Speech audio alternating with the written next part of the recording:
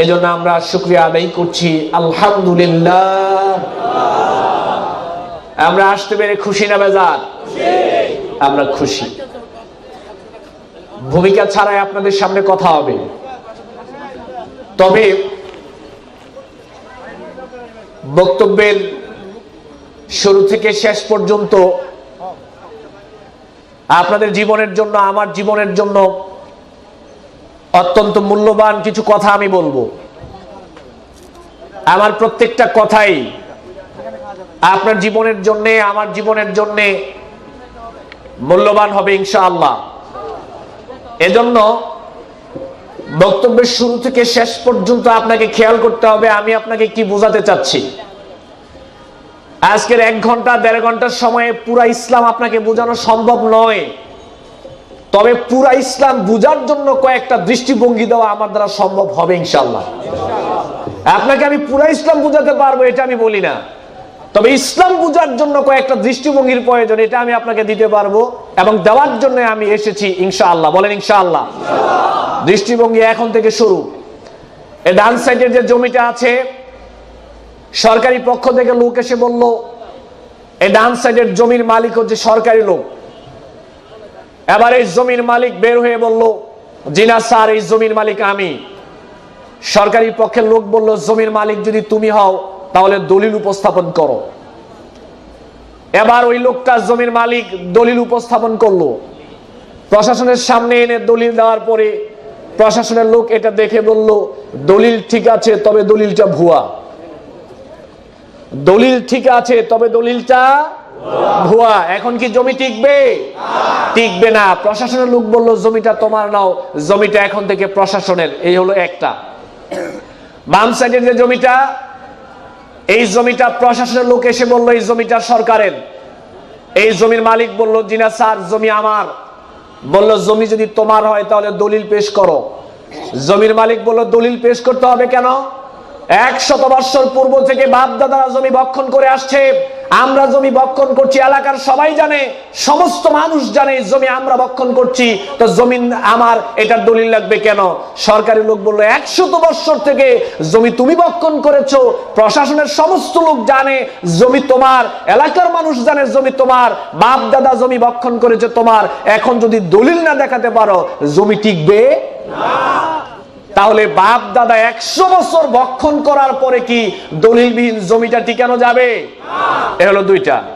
এবার আরেকটা জমির সামনের প্রশাসনের লোক গিয়ে বললো, এই জমির মালিক প্রশাসন।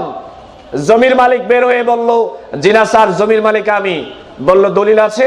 বলল, দলিল আছে মানে CSRS প্রশাসন সব আছে, নিয়ে আসো। এবার নিয়ে আসার পরে প্রশাসনের লোক দেখলো দলিল, CSRS পর্চা সব ঠিকঠাক মতো আছে। প্রশাসনের লোক বললো, জমিটা তোমার। একই প্রশাসনের লোক 3টা জমি দেখলো। একই ব্যক্তি 3টা জমিকে পর্যবেক্ষণ করলো। 3টা জমি থেকে 2টা জমি প্রশাসন নিয়ে নিল, আর একটা জমি ওই প্রশাসনের লোকেরা এই জমিটা নেয় নাই। কেন? দলিলের কারণে। কিসের কারণে? এই 3টা দৃষ্টিভঙ্গি আপনাকে দিলাম। বাংলাদেশে ধর্ম প্রচার হচ্ছে 3 ক্যাটাগরির দলিল দিয়ে। ওই যে প্রথম শ্রেণী, এই লোকটা দলিল আছে তবে দলিল ভুয়া। বাংলাদেশে ইসলাম প্রচার করছি আমরা, দলিল আছে অসংখ্য, দলিল ভুয়া। বাম সাইডের লোকটা জমি বক্ষণ করেছে কেন? বাপ দাদা জমি বক্ষণ করেছে, এজন্য সে বক্ষণ করেছে। আমরাও ধর্ম প্রচার করছি এবং ধর্ম মানছি বাপ দাদার দোহাই দিয়ে, দলিলে থাকলে থাকুক আর না থাকলে নাই। আবার কিছু মানুষ চেষ্টা করছে দিন প্রচার করার জন্য, আমল করার জন্য, যেই দলিলটার CSRS পর্চা ডাটা কবলা, যে আমলটার পিছনে শক্তিশালী মজবুত দলিল রয়েছে, কিছু মানুষ চেষ্টা করছে ধর্মটাকে ওই ভিত্তিক প্রচার করার জন্য এবং মানার জন্য। এবার আপনাকে আমি আগেই বলেছি, একদিনে আমি আপনাকে পূর্ণাঙ্গ ইসলাম শিক্ষা দিতে পারবো না, তবে আপনাকে সচেতন হতে হবে। প্রাথমিকভাবে ধর্ম মানতে গেলে, ধর্ম বুঝতে গেলে আপনার সামনে 3 ক্যাটাগরির দলিল আসবে। একটা আসবে দলিল তবে ভুয়া, আর একটা আসবে দলিলই নাই, আর একটা আসবে দলিল দিয়ে। মানবেন কোনটা? পিছন থেকে মানবেন কোনটা? নির্দিষ্ট কোন দল বা কোনো কিছুর পিছনে আপনাকে ডাকতে আসেনি। কোনো কিছু থেকে আপনাকে বের করতে আসিনি, আপনাকে এসেছি ইসলামের ভিতরে ঢোকার জন্য। ইসলামের ভিতরে ঢুকতে হলে কিছু দৃষ্টিভঙ্গি এখন আপনাকে শিখে যেতে হবে। এখন এই হলো প্রথম কথা। এবার দেখেন, এদেশের মাটিতে শত বৎসর ধরে ইসলাম প্রচার হচ্ছে এমন ভাবে, আর আপনারা ইসলাম শিখছেন এমন ভাবে। দেখেন, আপনাকে বোঝানোর জন্য আমি একটা উদাহরণ এভাবে পেশ করছি। একটা পুরুষ ওয়াজ মাহফিলে আসলো, 3 থেকে 4 ঘন্টা পর্যন্ত লোকটা ওয়াজ মাহফিল শুনলো। এবার বাড়িতে যাওয়ার পর স্ত্রী বলল, আমি তো মাহফিলে যেতে পারিনি, তুমি তো মাহফিলে গিয়েছ, তো বক্তা কি আলোচনা করেছে আমাকে একটু বলো তো। স্বামী বলল, তোমাকে আমি কি বলবো, আমি তো মূলত বক্তা কি বলে আমি তো সেটা শুনতে যাই নাই, আমি তো মূলত বক্তা কিভাবে বলে ওইটা দেখতে গিয়েছিলাম। এদেশের মাটিতে শত বৎসর ধরে ইসলাম প্রচার হচ্ছে এমন ভাবে, এদেশের মাটিতে মানুষ ইসলাম শিখছে এমন ভাবে, এদেশের মাটিতে এখন ইসলাম প্রচার হচ্ছে এমন ভাবে, এদেশের মাটিতে এখন অসংখ্য মুসল্লিরা ইসলাম শিখছে এমন ভাবে, বক্তব্যের মাধ্যমে ওয়াজ শুনতে যায় না, মূলত বক্তা কিভাবে বলে ওইটা শুনতে যায়, কি বলে সেটা শুনতে যায় না। এই ইসলাম শিখবে কি করে? ইসলাম শিখার জন্য ওয়াজ মাহফিলে এসেছেন, বক্তা কিভাবে বলে ওইটা যদি আপনি দেখেন, কিয়ামতের আগ পর্যন্ত আপনি ওয়াজ শুনতে পারবেন, মৃত্যুর আগ পর্যন্ত ওয়াজ মাহফিলে যেতে পারবেন, হেদায়েত পাবেন না। আর যদি মনোযোগ দিয়ে কি বলে, হেদায়েতের নিয়তে, আমলের নিয়তে আপনি যদি কথাগুলো শ্রবণ করেন, তো নিজেও উপকৃত হতে পারবেন, পরিবারকে উপকৃত করতে। 2 নাম্বার, এবার দেখেন, এর নাম হচ্ছে ওয়াজ মাহফিল। এই মঞ্চের নাম কি? ওয়াজ মাহফিল। এদেশের মানুষ ওয়াজ বলতে কি বুঝে আর আমরা ওয়াজ বলতে কি বুঝাচ্ছি আমি নিজেও জানি না। আপনারা ওয়াজ বলতে কি বুঝেন, আমরা বক্তারা ওয়াজ বলতে কি বুঝাচ্ছি এটা আমরা নিজেরাও জানি না। তবে অনেক গবেষণা করে চিন্তা করলাম, ওয়াজ মাহফিল বলতে কি আপনাদেরকে একটু বোঝানো দরকার। কারণ এত কষ্ট করে দূর দূরান্ত থেকে আপনারা ওয়াজ মাহফিলে আসেন, আসলে ওয়াজ মাহফিল বলতে কি বোঝায় এটা কি জানার দরকার আছে না? আমি একটু জানাচ্ছি। দেখেন, স্টেজে আপনারা গণ্যমান্য ব্যক্তিরা আছেন, আমি চাই এলিট পারসন যারা, শিক্ষিত মানুষ যারা, সচেতন মানুষ যারা, যুবক যারা, আমি আপনাদেরকে বিশেষভাবে দৃষ্টি আকর্ষণ করছি। খুব বেশি সময় আমি বক্তব্য দিব না, তবে আপনার মনটাকে আমি চাচ্ছি, আবেগটাকে না বিবেকটাকে চাচ্ছি, আমি কি বোঝাতে চাচ্ছি আপনি একটু বোঝার চেষ্টা করবেন। আল্লাহ যেন তৌফিক দেন, বলেন আমিন। ওয়াজ শব্দটা হচ্ছে বাংলা, আরবি শব্দটা হচ্ছে ওয়াজুন।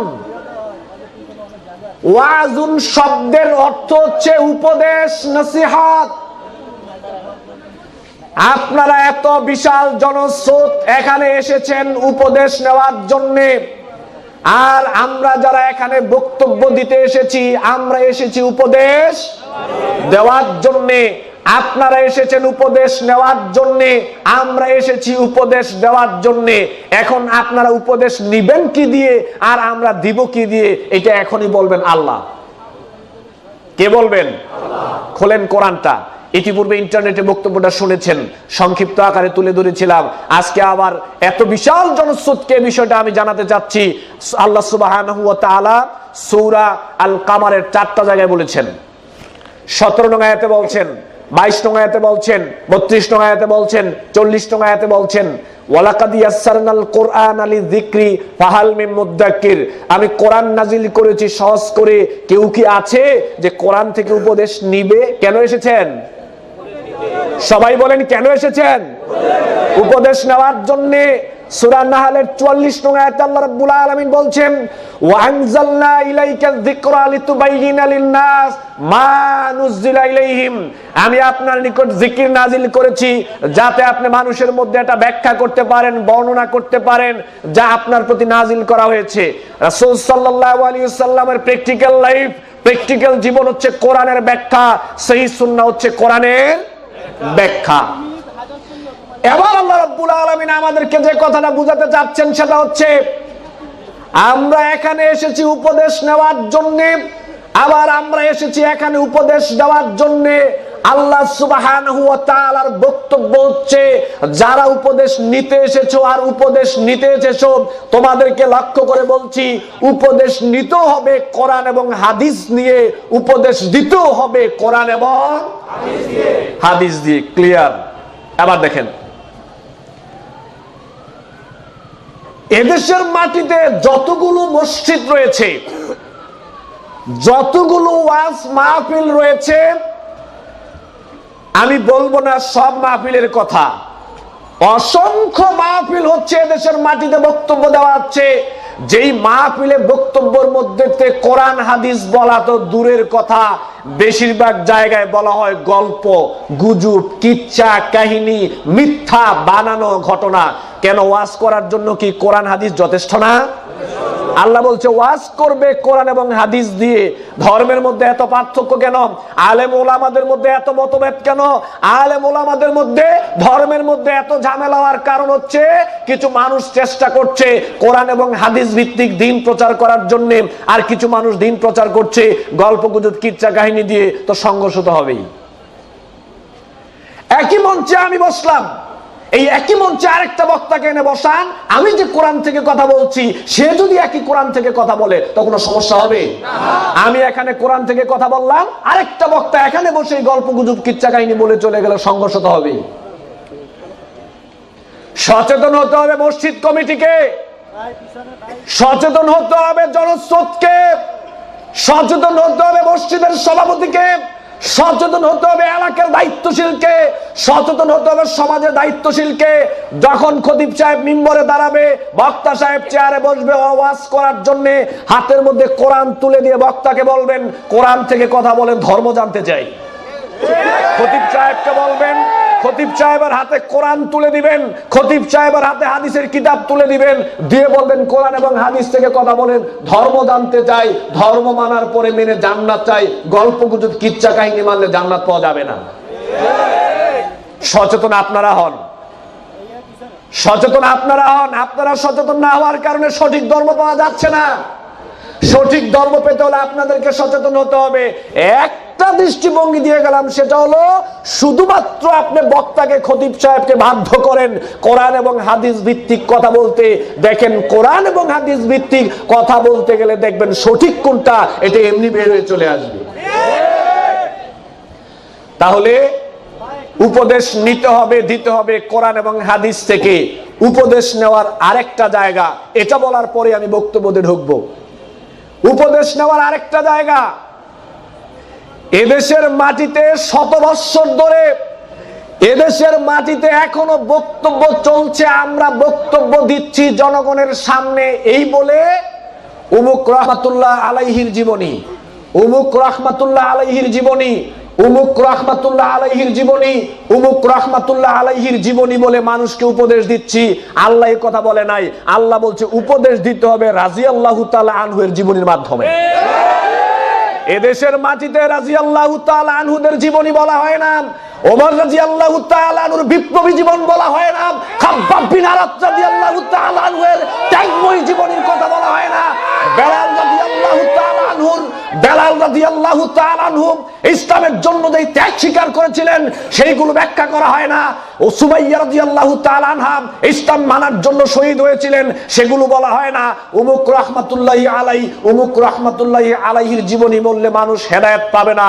হেদায়েত পেতে হলে রাদিয়াল্লাহু তাআলা আনহুদের জীবনী আনতে হবে। কেন? আল্লাহ রাব্বুল আলামিন সূরা বাইয়িনার মধ্যে বলেছেন রাদিয়াল্লাহু আনহুম ওয়া রাদু আন, আল্লাহ যাদের প্রতি খুশি তাদের জীবনী বলতে হবে। আলাইকুম বিসুন্নতি ওয়া সুন্নাতিল খুলাফায়ে রাশিদিন আল মাহদিয়িন, ওদের জীবনী আপনি জাতির সামনে তুলে ধরেন, জাতির মানুষ দেখবেন আরো অনেক কিছু শিখতে পারবে। তাই বলে আমি রাহমাতুল্লাহ আলাইহি যারা তাদেরকে আমি ছোট করে দেখছি না, তবে সাহাবায়ে কেরামের তুলনায় তারা কি কিছু না, তাদের তুলনা সাহাবায়ে কেরামের সাথে চলে না। সম্মানিত উপস্থিতি, যে কোনো মানুষ আপনার সামনে বক্তব্য দেওয়ার সময় উমুক রহমাতুল্লাহি আলাই, তুমুক রহমাতুল্লাহি আলাই, উমুক রহমাতুল্লাহি আলাইহির জীবনী যদি বলে ওয়াজ করে ঠাস করে মাঝের থেকে দাঁড়িয়ে বলবেন যে হুজুর রাদিয়াল্লাহু তাআলা আনহুর জীবনী বলেন, ওয়াজ শুনতে চাই, রাদিয়াল্লাহু তাআলা আনহুর জীবনী বলেন, ধর্ম জানতে চাই। তাদের জীবনীর মধ্যেই খুঁজে পাওয়া যাবে ইসলামের দিক নির্দেশনা, ঠিক কিনা? তাহলে উপদেশ নেওয়ার তিনটা জায়গা, একটা হচ্ছে কোরআন, আর একটা রাসূল সাল্লাল্লাহু আলাইহি সাল্লামের সহিহ সুন্নাহ, আর একটা সাহাবায়ে কেরামের যে সহিহ জীবনীগুলো, সহিহ ঘটনা কোরআন এবং সহিহ হাদিসে এসেছে, ওইগুলো থেকে উপদেশ নেওয়ার ছাড়া অন্য কোথা থেকে উপদেশ নেওয়া যাবে না। আবু বকর রাদিয়াল্লাহু তাআলা আনহু এর থেকে উপদেশ নিতে পারেন, এটা ইসলামের একটা অংশ, তাদের থেকে নিতে পারেন। কিন্তু উমুক রাহমাতুল্লাহি আলাইহি হেরা কি ইসলামের কোনো অংশ? না, ইসলামের অংশ না। সম্মানিত উপস্থিতি, তাহলে এই যে দৃষ্টিভঙ্গিগুলো এখন আপনাদের সামনে আমি উপস্থাপন করলাম, এই যে দৃষ্টিভঙ্গিগুলো এখন আপনাদের সামনে উপস্থাপন করলাম, এটা কি কোনো নির্দিষ্ট মাযহাবের, নির্দিষ্ট মতবাদের, নির্দিষ্ট কোনো দলের কোনো কারো দৃষ্টিভঙ্গি, না কোরআন সুন্নাহর দৃষ্টিভঙ্গি?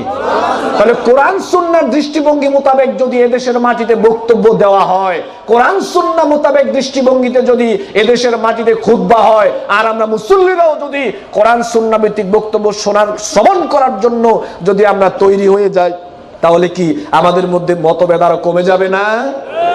আল্লাহ আমাদের বুঝদান করুন, আমরা বলি আমিন। এই হলো ভূমিকা।